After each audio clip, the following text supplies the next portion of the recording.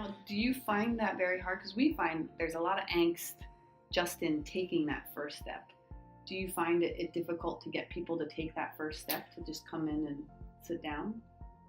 Yeah, well, yes and no. It depends. Mm-hmm. And I use that word a lot in my industry. It depends. It seems like That sounds like a financial. I come from the engineering background, so yeah. That's an escape, I think, mechanism. But yes and no. If they're willing to come to your office, or if they're willing to invite you in the home, and that's another thing. Do you go to the homes? I go to the homes. Oh, that's great. I believe in the old practice, and I think you get more pushback in the industry, and I don't care. I mean, I'm still, I guess, quote unquote, a hippie at heart. So I kind of take the road less traveled. Mm-hmm. And it's not a bad thing to have an office. Sure. If you want to have an office and you want to have people there. Yes, it presents you as, I guess you could be perceived as a professional, but my argument is back in the day when a doctor would make house calls, was he or she less of a doctor or less of a professional? I mean, one of my elder law attorneys makes house calls.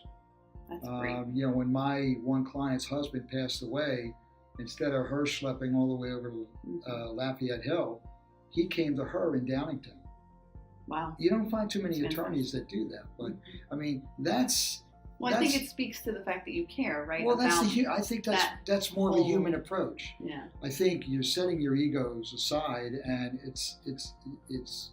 I'm very comfortable with that. If the client doesn't feel comfortable with that, I respect that, and I'll meet them in my office or wherever. Okay, but the reality is, if they set up a meeting, there's probably at that point maybe a 60-40 chance that they'll cancel or reschedule, maybe out of fear or lack of organization. What I try to do is calm their fears. So generally what I try to do is I try to forewarn them what's coming. So I send them the paperwork in advance, and I try to use their mind. I say, look at the paperwork, look at the fact finder, fill out as much as you can, and then the rest we can handle in the office.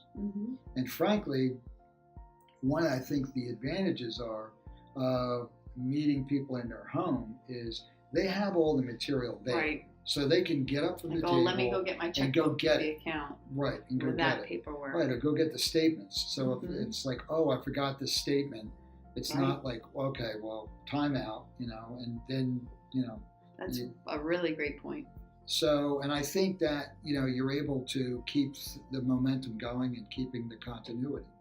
And that's what I think it's all about, is that flow, that continuity, because people have a tendency to forget or they get distracted. So not that I try to rush them, but I try to keep, it's probably could be anywhere from a 3 to a 4 meeting process.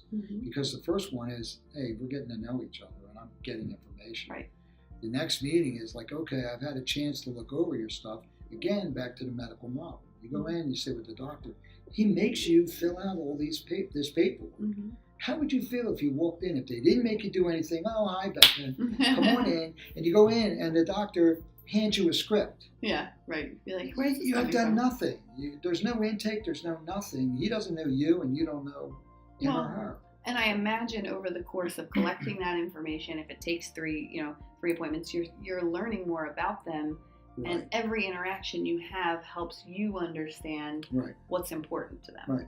Right. And there's no discussion. I look at products like, you come from an engineering background, so I look at products as,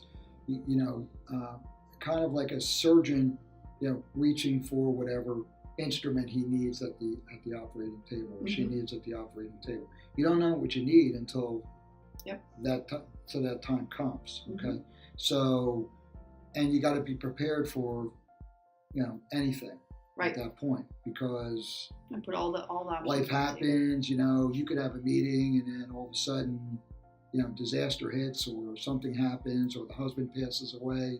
In the process, you've got to be prepared. Okay, for that. And I think that's another important reason, I think, to basically take a what I consider more of a relaxed approach to things. Okay, and gathering the data, the more I am able to dig in, the more questions, more often than not, come up, and it allows me to probe a little bit deeper. Okay? Right.